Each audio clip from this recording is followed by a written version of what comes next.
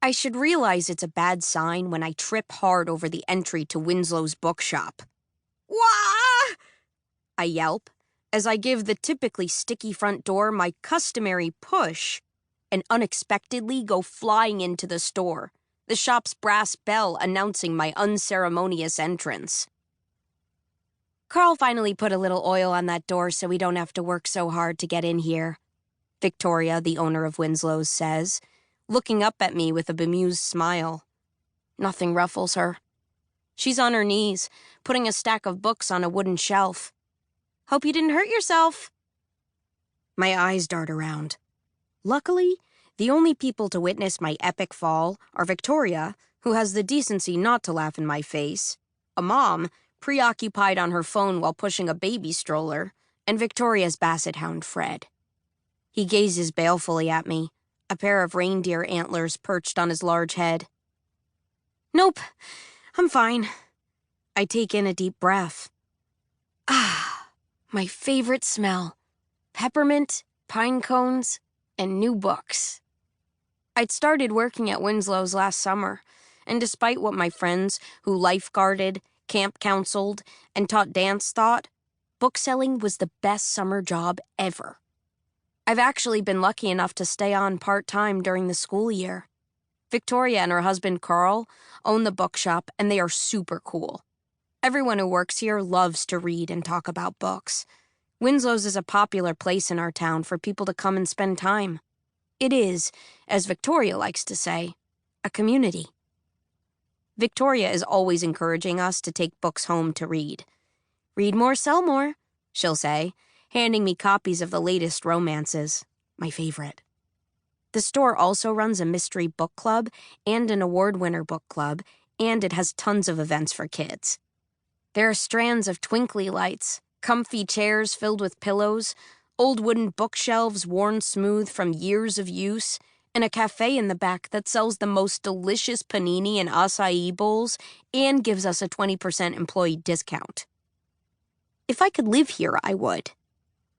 Victoria stands up, a pair of pink tassel earrings swinging from her ears. You're not scheduled to work tonight, are you? She asks, her brow puckering. I shake my head. Wrapping.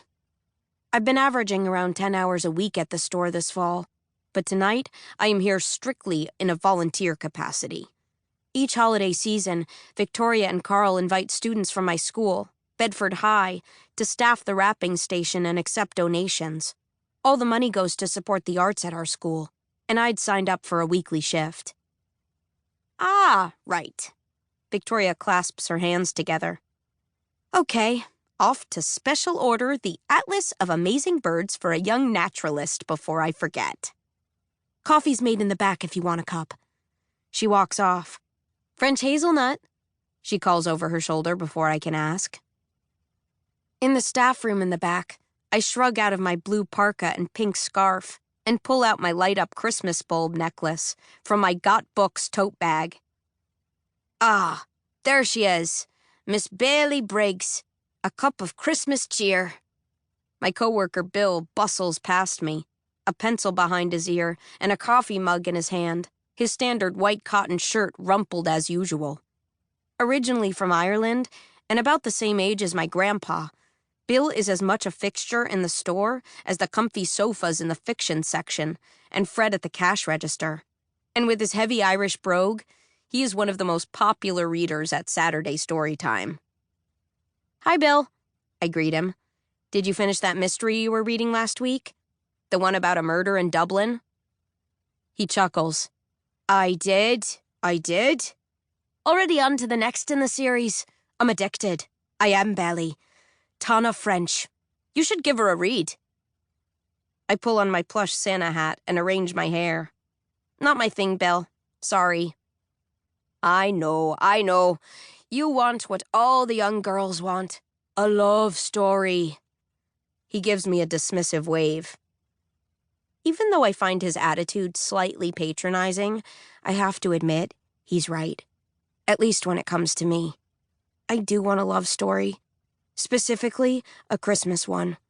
A sweet one, filled with snuggles under blankets and hot chocolate, and text messages filled with red and green hearts and Santa emojis. I've watched more than my fair share of Hallmark Christmas movies, and even though I'm not a big city lawyer who has moved back to my hometown to save the family business, or a world-weary writer who falls in love with a recently widowed baker, I still believe in the power of Christmas magic.